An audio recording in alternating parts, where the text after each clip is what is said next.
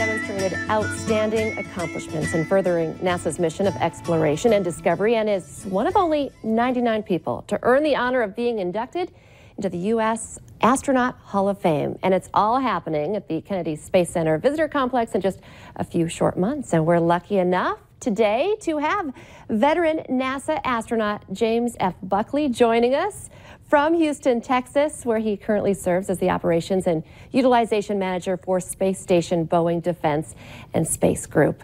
Hello, what an honor to talk to you. I'm very excited to talk about you being inducted into the Hall of Fame. But first, you have an incredible connection to us right here in North Dakota. Can we start with how a boy from North Dakota, from Fargo, got to where you are? What's the history and what's your connection to Fargo?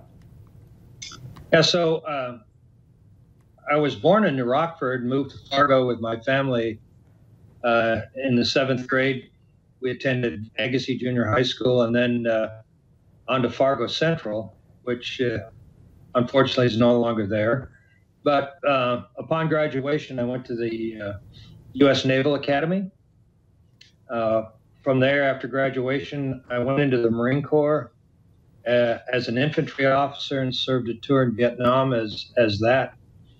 Came back, got into aviation, and went back overseas after several squadron tours and served another tour in Southeast Asia. And after that, on to an advanced degree, Navy Test Pilot School, applied to NASA for the shuttle program, was selected with the first group, and that was the start of it all. Wow, an incredible life. Thank you so much for serving as well. Did you know, when did you know that you wanted to be an astronaut? Because you lived quite the life before you even moved in that direction. Well, you know, this wasn't I've always wanted to be an astronaut story. This was an opportunity that came along while I was in test pilot school. NASA came out with an announcement to select new astronauts for the space shuttle program, which was just coming online. They hadn't selected anybody for quite a while. I think they still had a core team of about 26 astronauts from earlier programs: Apollo, Gemini, Apollo-Soyuz, and Skylab. And so they were getting ready to train up for a very aggressive shuttle program. So they came out with an announcement. Each of the services put out their announcement. The Marines put theirs out, and my wife and I read it, looked at it, and said, well, you know, if this is what we want to do, let's give it a try. And so that's kind of the start. Was, you know, we put our hat in the ring to see where we would go, and I was pretty happy doing test work, so it was okay if I didn't get picked. But on the other hand, I was very fortunate to get picked with a group of 35 that came on board in 1978. That's really incredible. I love that you're like, well, let's give it a try, because your let's give it a try turned into 4 space flights, which I believe we crunched some numbers here, which means you've orbited the Earth 319 times, traveling over 7 million miles in 20 days. How do you explain something like that to people who have a hard time comprehending what it's like to be in space? Well, you know, it'd be nice if we got, you know, frequent flyer miles for that. But, it's really, I guess I would say it's the culmination of the training and a job that includes thousands of people. We just happen to be the part of that team that gets to go into space. But frankly, it takes a very, very dedicated team, you know, to service a vehicle, to train the crews, to train the flight control team, to, you know, do all those things for a successful flight.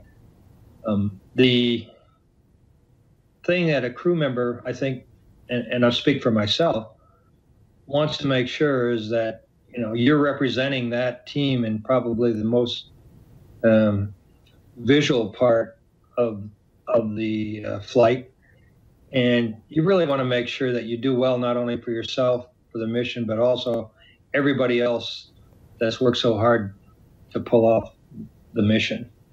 So you're pretty focused the whole time of a flight. You're not idle. You're pretty focused. There are some times where you have a few minutes to yourself, and of course you take those. But by and large, you're very, very busy. In the shuttle, a shuttle flight, because it's a short mission, is packed solid with activities and a list of activities that we call get-ahead activities that you can do if if the time prevails. So I would say that from the time you lift off until the time you land, you're a busy guy. And the only thing that's different in your workplace is that you get to float from place to place rather than have to walk, run, or drive. That's awesome. Very cool. Well, then let's move forward again. I mentioned it right away, but you're going to be inducted into the Hall of Fame. That's quite the honor. How do you feel about that? Well, I was surprised, delighted, and feel very honored. You mentioned there aren't a whole lot of folks that have been inducted, about 90, what did you say, 99, I guess. And it's being part of a small group of people who've gone into space. And I think people have said before, the programs before allow us to move ahead on the shoulders of giants who've been there. That's kind of how I feel, is that this is one of those moments to reflect somewhat on what have programs before done, what have people before done, and then how do we fit into that picture so that the astronauts and the space program that goes ahead of us in the future is prepared and can do great things based on things that we've done in preparing them for the future missions. Well, thank you so much for spending a little time with us this morning. We appreciate it. Congratulations on this honor of being inducted into the Hall of Fame, and hopefully we can follow up with you. Thank you. Thank you for your service and for visiting with us today. Oh, you're very welcome. Stay warm up there, okay? Yeah, I'll try. Thank you. All right. Bye-bye.